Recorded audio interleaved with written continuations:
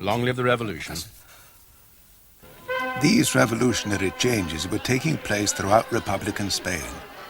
Led by improvised military commanders like Buenaventura Durruti, the militia columns pushed their way towards the front.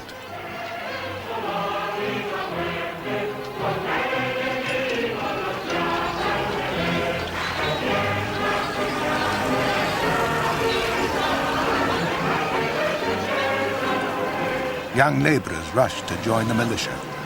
As the columns advanced, they spread the revolution.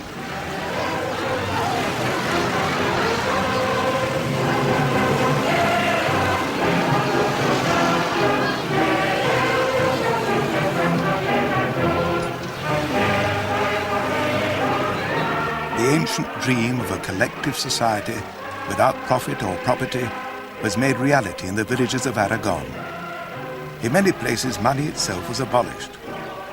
All forms of production were owned by the community, run by their workers.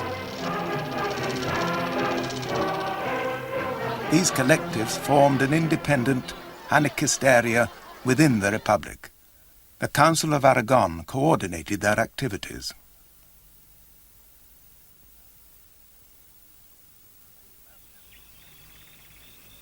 Mas de las Matas was one of the many Aragonese villages collectivized in the summer of 1936. For the villagers, the experience has now become a well-remembered legend. These three men were among the young local anarchists who abolished private property in Mas de las Matas. Benigno Castaner was a carpenter. We built a sufficiently large workshop on the outskirts of the village, and all the carpenters went to work there. They appointed a delegate to represent them at the collectivization committee. The same was done for the bricklayers, the barbers, the blacksmiths, for every trade. The tailors also. Well, all the barbers had joined the collective voluntarily. They were all in it voluntarily, weren't they? A large shop was found for them, and the 3 or 4 barbers in the village all brought along their tools and their chairs, and they all worked there for free. And most of their work was done when the peasants came back from the fields in the evening. This also caused some problems, because some people would say, "Look at those lazy barbers. They spend the whole day walking around doing nothing." So we had to explain to everybody that they worked until 10 p.m. so that everybody could be served. Some people just didn't realize how late the barbers had to work. Well, this is one of those minor inconveniences.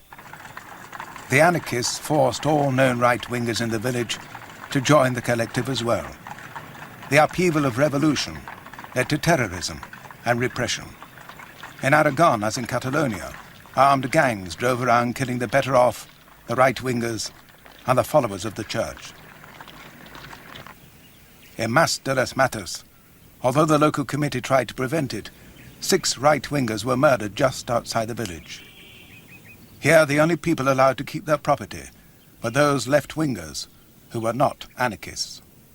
For the rest, members of the collective by choice or out of fear. The old world of cash and property, rich and poor, now disappeared.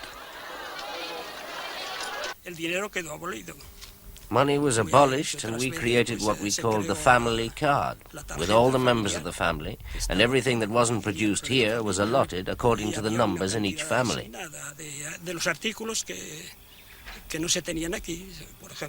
For example, sugar, rice, even meat, 100 grams per person per day. And it was the same for everybody. There were no preferences. Everybody ate as much as they wanted of the local produce. So money for use in the village was completely abolished. The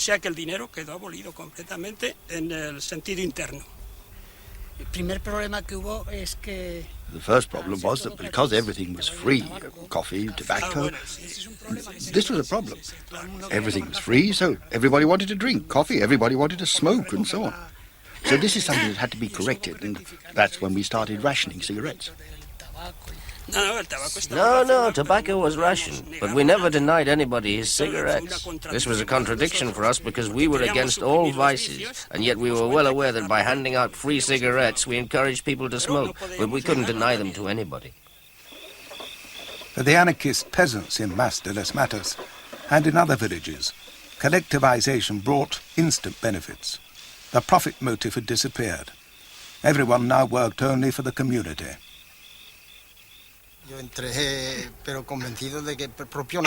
I joined the collective fully convinced, and I gave everything.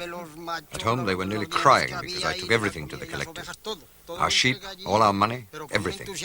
And with such enthusiasm. And working as much as we did before because the harvest had been delayed. We worked day and night. In this summer of 1936, the revolution was triumphing in most of Republican Spain.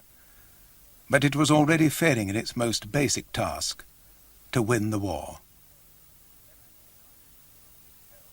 Everywhere the militias were being held or defeated by the advancing rebel armies. In this crisis, the Republic was divided.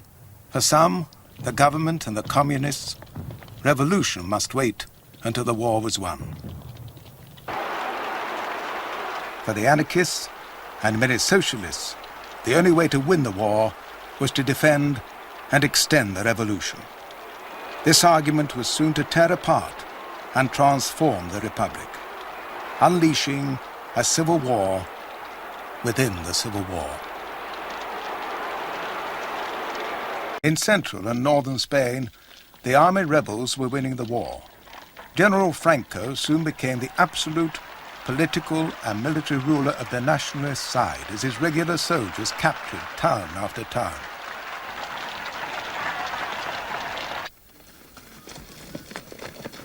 The militia columns, brave but disorganized, had no unified command.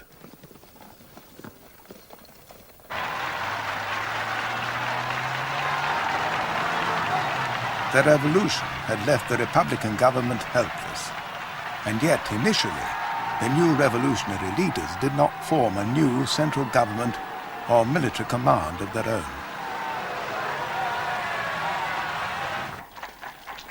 2 months after the start of the war, Franco's troops were approaching Madrid.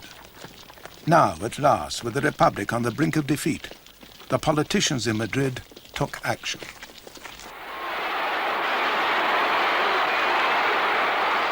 In September 1936, the Socialist Union leader Francisco Lago Caballero formed a so-called Government of Victory, with socialist and communist ministers. A strong military command was formed. Further revolution was discouraged.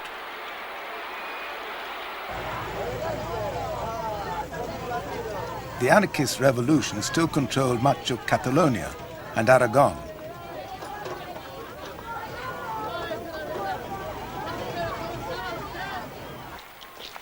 The anarchist leaders refused on principle to join the new central government. But this Government of Victory was going to centralize political decision-making and leave the anarchists out in the cold. The new Madrid government was a triumph for the rapidly expanding Communist Party. In line with Stalin's policy, they stood for an anti-fascist popular front, an alliance of left-wing and middle-class parties which would appear moderate and responsible enough to win support from Western democracies. They also wanted to check the revolution and impose their discipline.